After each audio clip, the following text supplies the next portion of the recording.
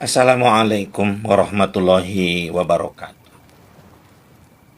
Alhamdulillahirabbil alamin wa bihi nasta'inu ala umuri dunya waddin. Walhamdulillahilladzi an'ama 'alaina bi ni'matil imani wal islam. Walhamdulillahilladzi hamdan katsiran kama amar.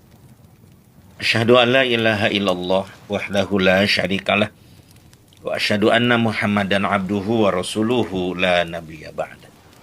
Wassalatu wassalamu ala asyrafil anbiya'i wal mursalin Muhammadi wa ala alihi wa ashabihi ajma'in, amma ba'du.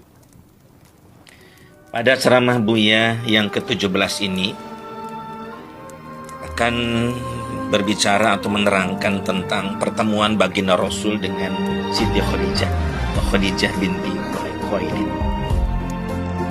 Saat itu baginda Rasul usianya menjelang 25 tahun. Beliau dikenal di kalangan teman-temannya seorang pemuda yang jujur, santun, dan berakhlakul karimah atau berbudi. Di sisi lain, kita bicara sedikit tentang Siti Khadijah atau Khadijah binti Khuwailid. Beliau menikah dengan Abu Halah ibnu Zurarah. Abu Halah ibnu Zurarah merupakan suami yang pertama Siti Khadijah.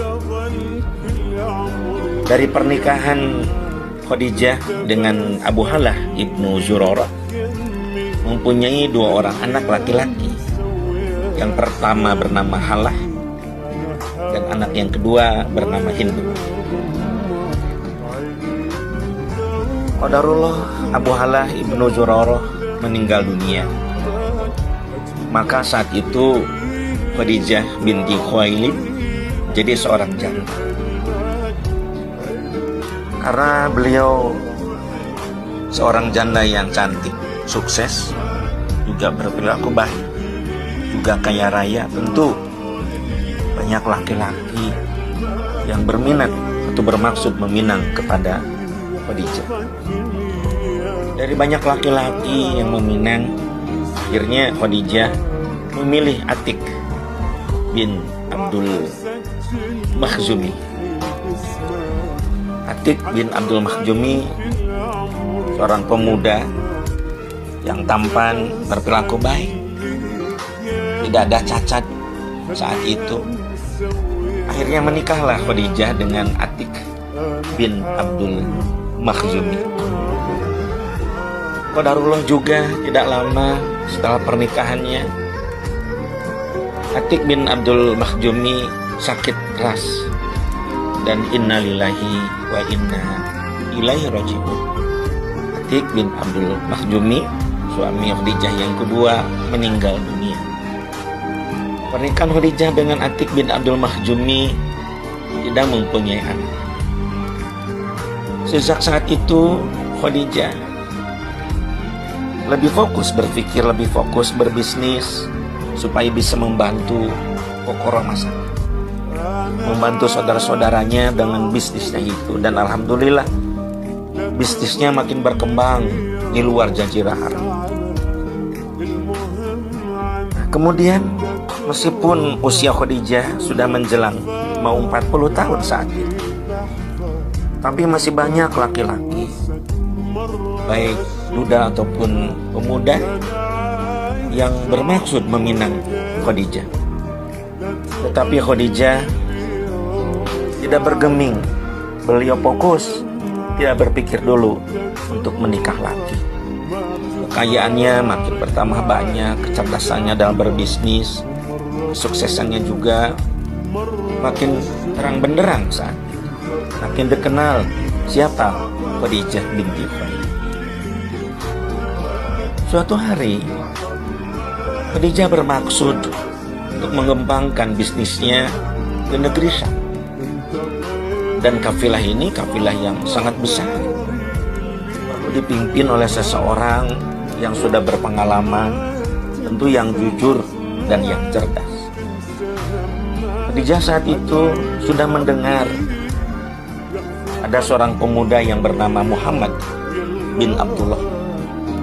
Kalau istilah kita sekarang ini sudah viral. Siapa itu Muhammad? Orang yang jujur, kemudian berbudi luhur atau akhlakul karimah. Maka Khadijah berpikir dan musyawarah dengan asisten-asistennya, mengapa tidak kita panggil saja Muhammad untuk memimpin kafilah. Kata asisten-asistennya, tidak mungkin wahai Tuan. Tuan untuk bisa memanggil Muhammad. Mengapa? Kata Khadijah. Dia kan tidak pernah berdagang. Kemudian Khadijah berpikir sejenak dan tidak tinggal dia. Beliau mencari informasi. Oh, ternyata pernah berdagang dengan pamannya yaitu Abu Thalib.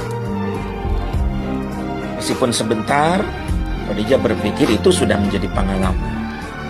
Kemudian Khadijah bertanya lagi ke orang-orang di sekitar Mekah saat itu. Dan Khadijah punya informasi bahwa Muhammad sudah lama menjadi seorang penggembala. Beliau berpikir bahwa menggembala kambing itu pekerjaan yang tidak mudah. Kalau menggembala kambing sukses, ya tentu memimpin manusia pun itu akan sukses, karena tidak jauh berbeda manajemennya. Akhirnya Khadijah memutuskan, meskipun asistennya kurang menyetujui, Khadijah menyuruh para asistennya untuk memanggil atau mengundang Muhammad bin Abdullah. Diundanglah Muhammad bin Abdullah.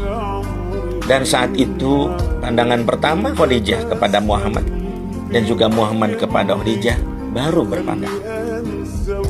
Kemudian Muhammad terus menundukkan pandangannya, tidak mau melihat kepada Khadijah. Khadijah berpikir ini pemuda yang santun, punya tata krama.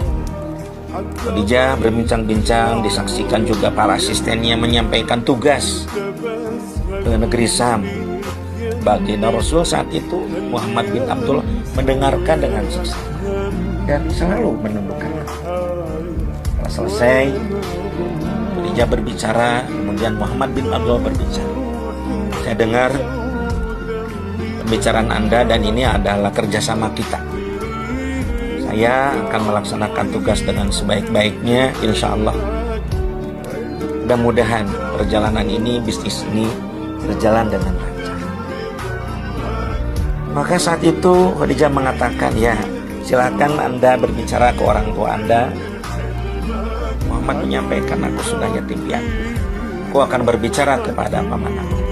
Baginda Rasul berpisah saat itu. Dan Baginda Rasul berbicara kepada pamannya yaitu Abu Thalib, mengatakan, nah ini Muhammad rizki bagi kamu. Kamu harus betul-betul, ini awal kesuksesan kamu. Kata. Maka sudah waktunya tiba. Kemudian saat itu Khadijah mengutus seorang asistennya yang bernama Maisarah. Ini Maisarah ini meskipun ada Teh Marbuto, tapi seorang laki-laki. Karena dalam bahasa Arab itu meskipun ada Tamar Botoh tidak selalu mu'annas atau perempuan. Seperti Abu Hurairah itu kan bukan perempuan, tapi sahabat Rasul laki-laki. Maisarah juga sama, ya, asisten laki-laki. Dan Khadijah diutus untuk selalu mendampingi Muhammad bin Abdullah. Kata Khadijah, wahai Maisarah, ikuti Muhammad, taati perintahnya. Apapun yang diperintahkan, taati olehnya. Dan kamu nanti akan memberikan informasi kepada aku tentang Muhammad. Pada saat sudah waktunya, bagaimana Abu Thalib dengan saudara-saudaranya mengantar Baginda Rasul pada saat pemberangkatan ke negeri Syam. Demikian Buya sampaikan, insya Allah pada ceramah yang ke-18 kita akan lebih fokus lagi bagaimana selanjutnya pertemuan Baginda Rasul dengan Khadijah. Mohon maaf kalau ada kata-kata yang tidak berkenan. Wassalamualaikum warahmatullahi wabarakatuh.